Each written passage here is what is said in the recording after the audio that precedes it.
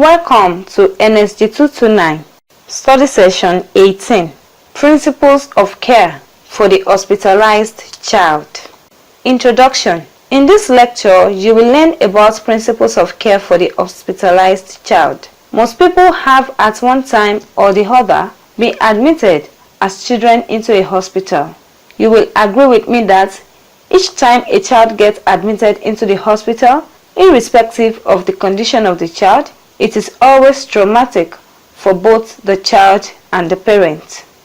In the process of our discussion, we shall focus on what hospitalization of a child entails, meaning of illness and hospitalization to a child, how to prepare the ill child and family for hospitalization, effects of hospitalization on a child.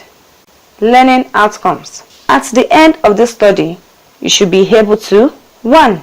Discuss hospitalization. 2.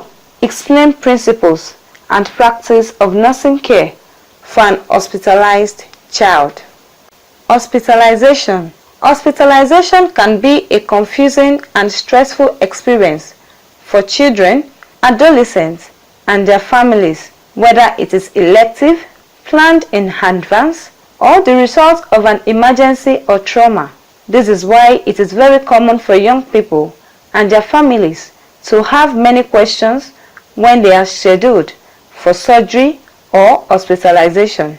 Today, children are infrequently hospitalized because most pediatric conditions can be managed within the community. Hospitalized children are usually very ill. They find themselves in an unknown environment, surrounded by strange people and equipment and frightening sounds. They are subjected to unfamiliar procedures, some of which are invasive and may even have surgery or be in an intensive care unit. For both children and families, routines are disrupted and normal coping strategies are tested. Meaning of illness and hospitalization to a child. Infant, charged in familiar routine and surroundings response with global reaction. Separation from love object. Toddler. 1. Fear of separation, desertion, separation anxiety, highest in this age group. 2. Relate illness to a concrete condition, circumstances, or behavior. Preschooled. Fear of bodily harm or mutilation, castration, intrusive procedures. Separation anxiety, less intense than toddlers, but strong. Causation, same as to toddler, often considers own role in causation, that is, illness as a punishment for wrongdoing. School age. A. Fears physical nature of illness. B. Concern regarding separation from age mates and ability to maintain position in peer group. C. Perceives an external cause for illness, although located in the body. Adolescents. Anxious regarding loss of independence, control, identity, and concern about privacy. Perceives malfunctioning organ or process as cause of illness, able to explain illness. Preparing the child and family for hospitalization.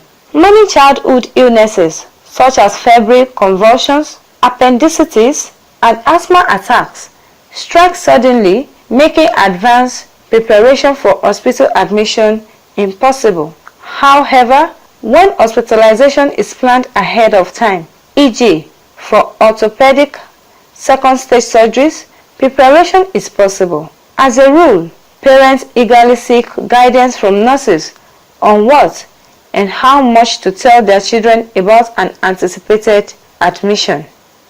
The preparation a parent makes for a child obviously varies according to the child's age and individual experience. No matter what the child's age, however, parents should be encouraged to, above all, convey a positive attitude. The nurse can provide further health teachings and clear up all misunderstandings. Preparing the infant.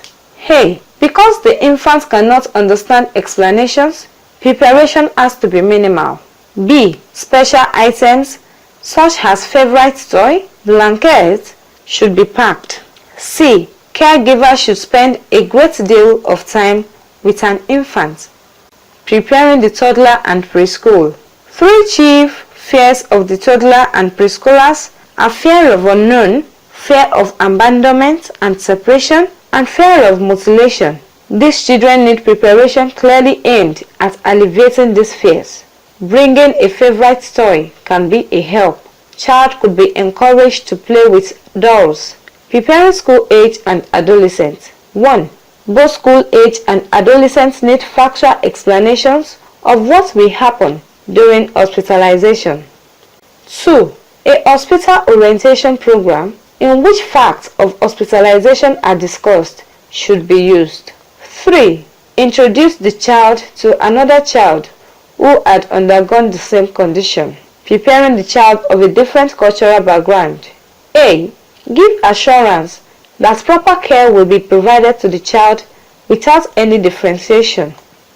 Preparing disabled and chronically ill child. A. Help children to maintain a contact with their families and school friends during a long hospitalization period as they are staying in hospitals for long term. Provide opportunities for care through phone calls, letters, and open visiting. Preparing the family or caregiver. Planning for hospitalization begins as soon as parents know that hospitalization will be necessary. Easing parental anxiety regarding illness and hospitalization is important because infants and children can keenly sense a parent's stress.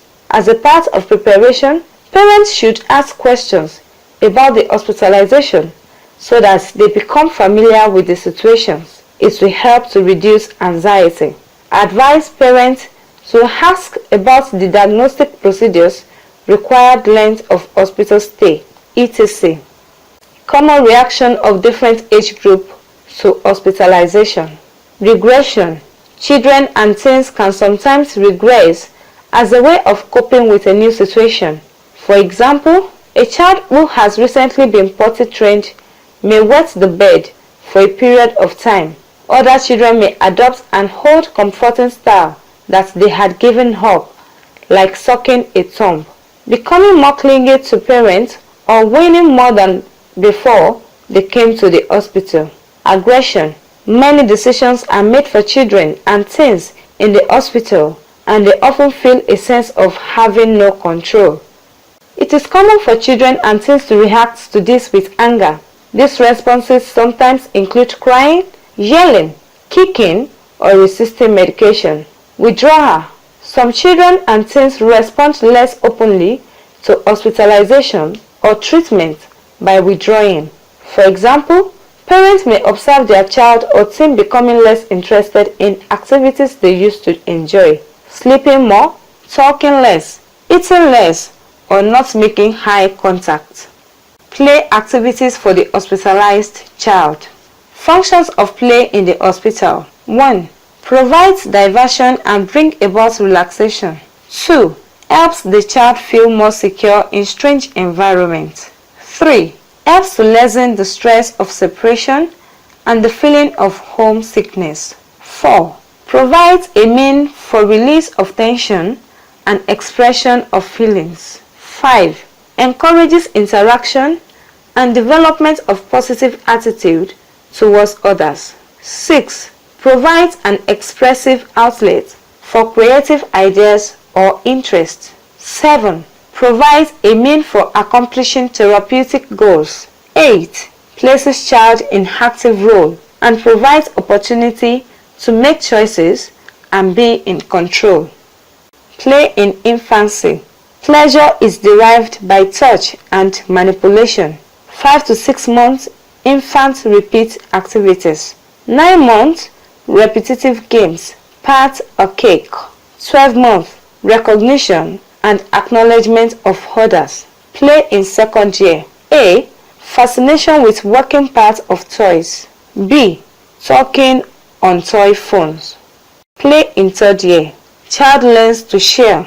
Conflicts may develop between parent and child. Preschool competition, mastery of task. Gender roles: mother, doctor, football, basketball.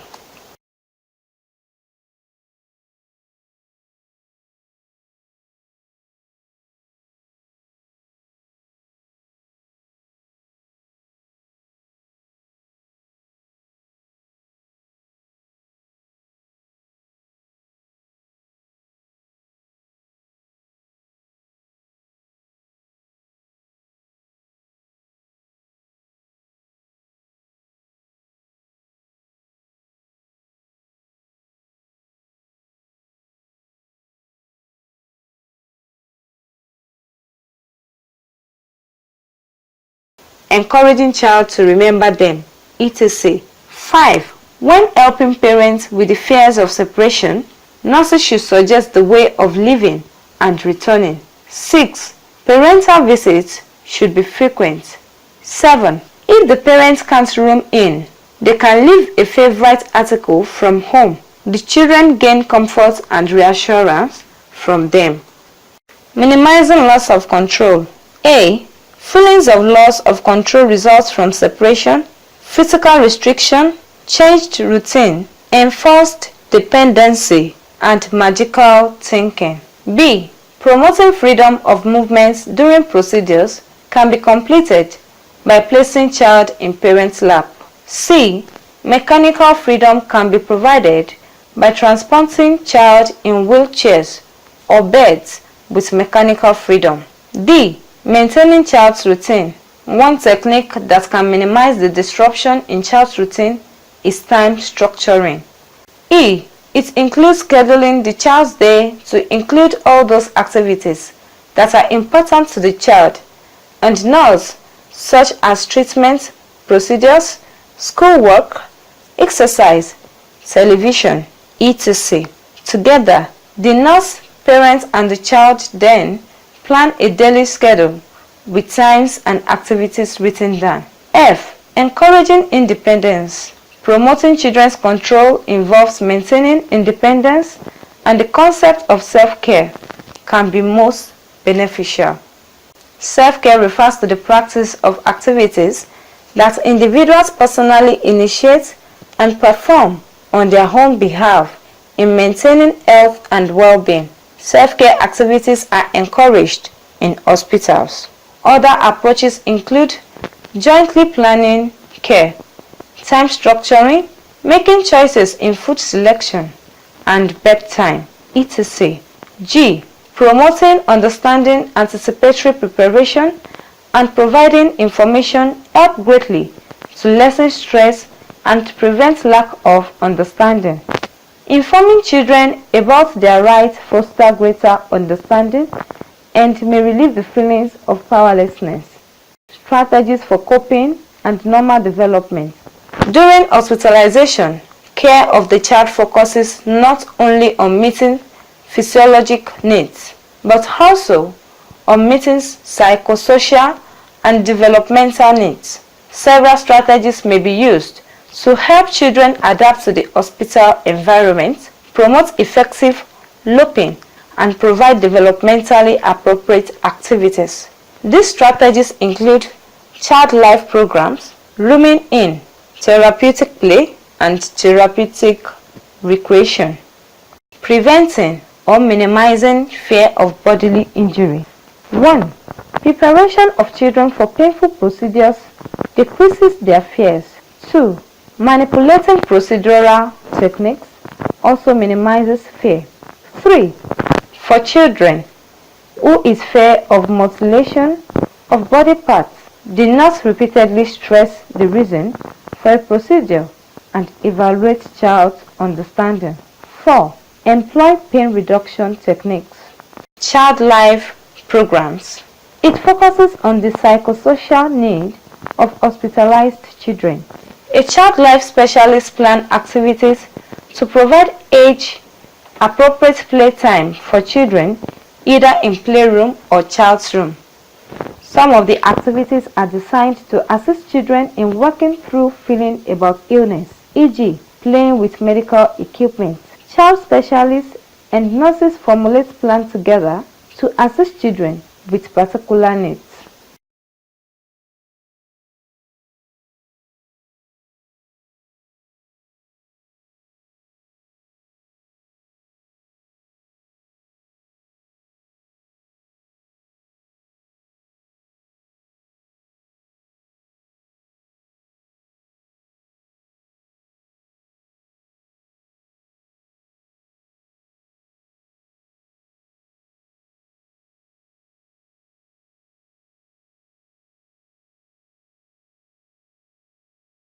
Therapeutic play. Play is an important part of the childhood. The stress of illness and hospitalization increase the value of play. Not only is normal development facilitated by play, but play sessions can provide a means for the child to learn about health care, to express anxieties, to work through feelings, and to achieve a sense of mastery over control, over frightening or little understood situations. Play presents an opportunity to deal with the fears and concerns of health experiences are called therapeutic play. Through therapeutic play, the nurse may assess the child's knowledge of his or her illness. A common technique involves using body line, drawing or stories, and asking the child to draw or talk about illness or injury means to him or her.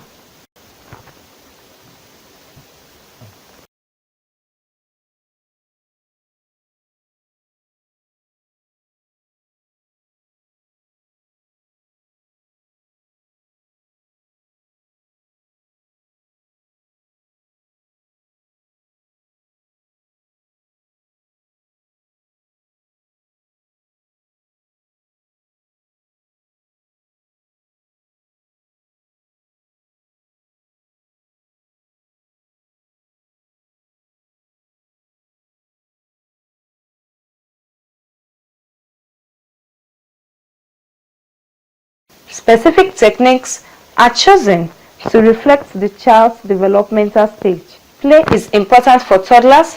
Through play, they explore the environment and learn to identify with significant people in their lives. Play is also an acceptable way for toddlers to release tensions caused by stress or aggressive impulses. Toddlers should be approached slowly, and the initial approach should be made in their parents' presence, if possible, to decrease feelings of stranger anxiety. Playing a variation of peek-a-boo or hide and seek using the curtain surrounding the toddler's crib or bed helps to promote realization that objects out of sight, such as parents, do return. The use of transitional objects, such as a familiar blanket or stuffed animal, can temporarily substitute for the security of parents.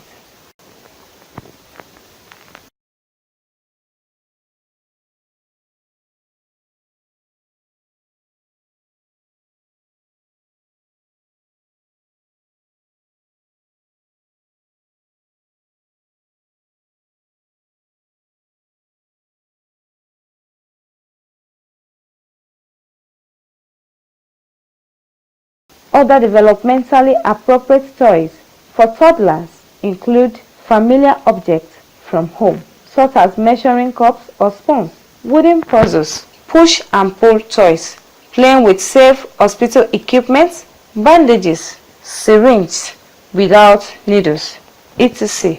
Help toddlers to overcome the anxiety associated with these items. Preschool. The nurse can intervene to reduce the stress produced by preschoolers' fear through the use of some kinds of play. A simple body outline or doll can be used to address the child's fantasies and fears of bodily harm. Playing with safe hospital equipment may help preschool to work through feelings such as aggression. Preschool like crayons and coloring books, puppets, magnetic boards, play doh, and recorded stories. Both preschool and school-age children may enjoy play with the hospital toys. School-age child. Although play begins to lose its importance in the school-age years, the nurse can still use some techniques of therapeutic play to help the hospitalized child.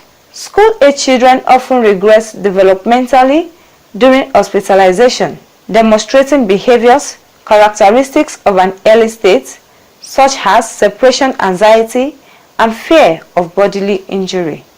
Body outlines and occasionally dolls can be sewed to illustrate the cause and treatment of the child's illness. Terms for body parts that are suitable for older children should be used. Drawings provide an outlet for expression of fears and anger.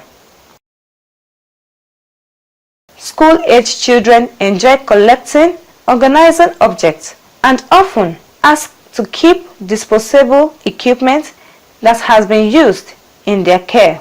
They may use these items later to relive the experience with their friends. Games, books, crafts, computers provide an outlet for aggression and increase self-esteem in the school-age child. The type of play used should promote a sense of mastery and achievement. Adolescents. Many of the special play techniques used with younger children are not suitable for adolescents. Adolescents do need a planned recreation program to assist them in meeting developmental needs during hospitalization. Peers are important, and the isolation of hospitalization can be difficult. Telephone contact with other teenagers and visits from friends should be encouraged. Interactions with other teenagers at a pizza party or a video game or movie night can help adolescents feel normal. Physical activities that provide an outlet for stress are recommended. Even adolescents on bed rest or in wheelchairs can play a modified form of basketball. The independence of adolescents is interrupted by illness. Nurses can provide choices for teenagers to assist them in regaining control. Giving those options and letting them choose an evening recreational activity can promote their feelings of independence. Passes to leave the hospital for special activity may be possible.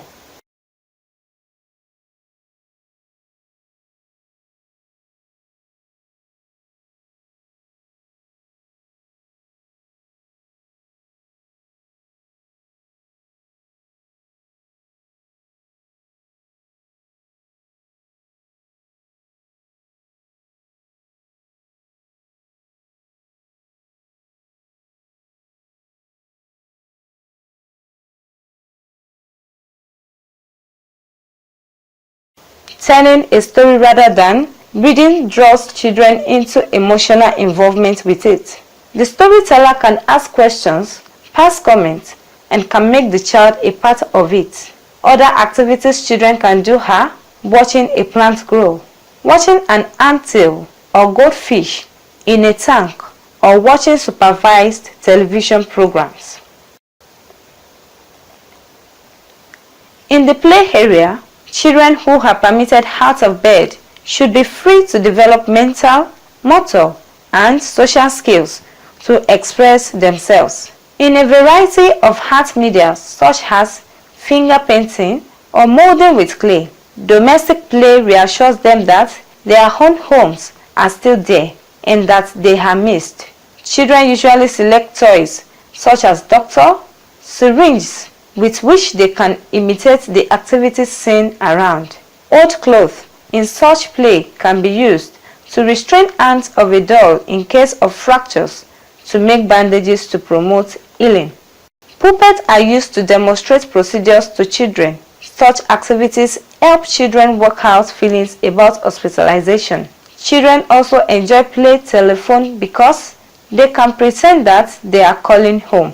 They also can enjoy clay, paint, pounding boards on which they can express their hunger. They enjoy tricycles, wagons, through the use of which they develop or exercise their large muscles. Children play areas cannot be kept clean and orderly as judged by adult standards.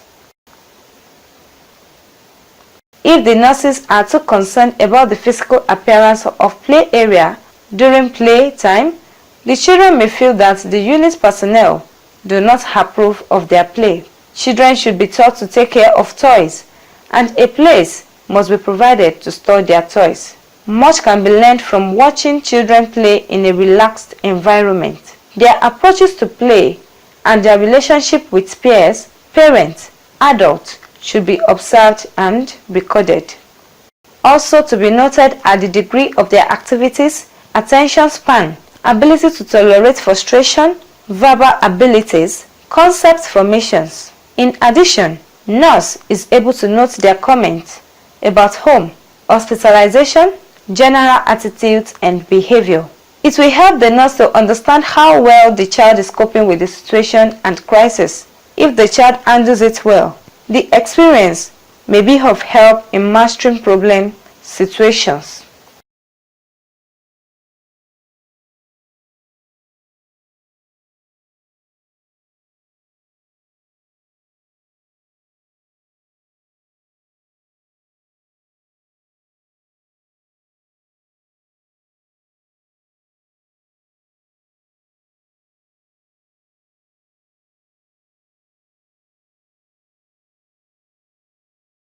Summary.